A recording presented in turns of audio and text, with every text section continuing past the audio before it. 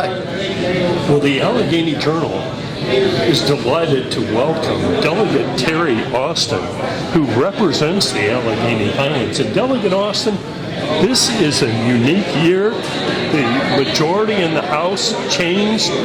The budget seems to be a very interesting subject this year. Is it going to be a great year for Virginia? What's the outlook? Oh yeah, it's going to be a good year, Jerry. We've done some things, and we've had some money to appropriate.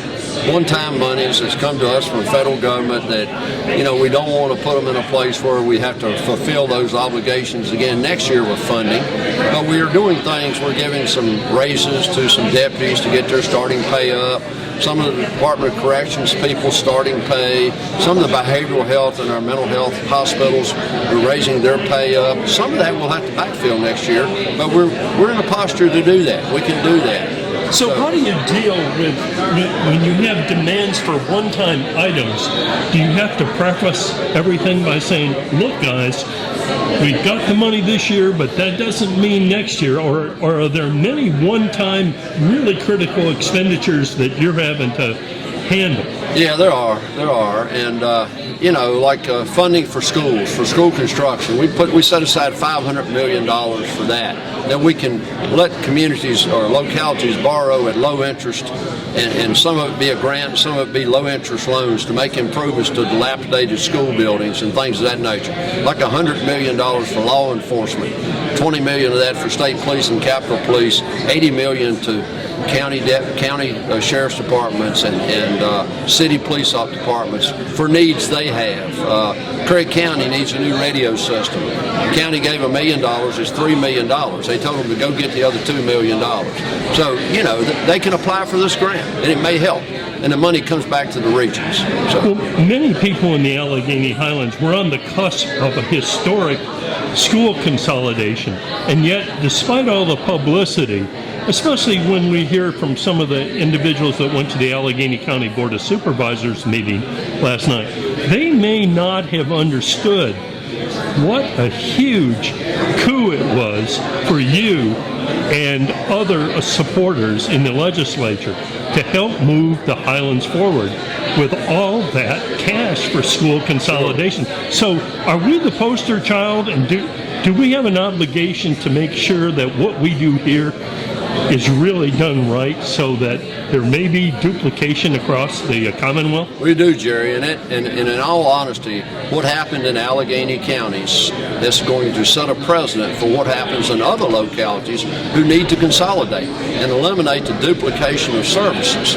So yes, those dollars that we appropriated to help make that merger happen, we did it hoping that we could bring forth a better quality education for the students in the Alleghany Highlands, and it bring value to the education here. So that's the reasoning behind it, Jerry. And one final question, with respect to duplication, even in your district, is the old feeling of duplication of 3 commissioners of revenues and treasurers and all of this that is a huge payroll issue for the state of Virginia? Are you seeing consolidations of those kinds of things, or is it going less? We haven't of those yet because they're by locality. The cities have them, the counties have them. Until we can narrow those boundaries and to where cities revert back to the counties, then that's not going to happen. The city of Covington and Alleghany County, we each have a treasurer, a commissioner of revenue, a Commonwealth's attorney, but that's unless there's consolidation that takes place and reversion of cities. Martinsville right now is looking at a reversion. They just can't afford to operate anymore as a city.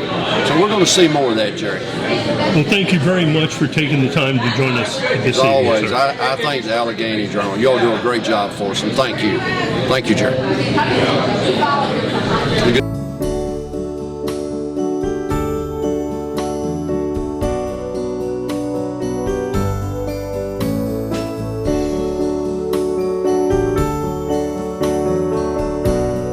Pre-planning a funeral presents a loving and considered gift to your family. Making decisions now provide a framework for future choices.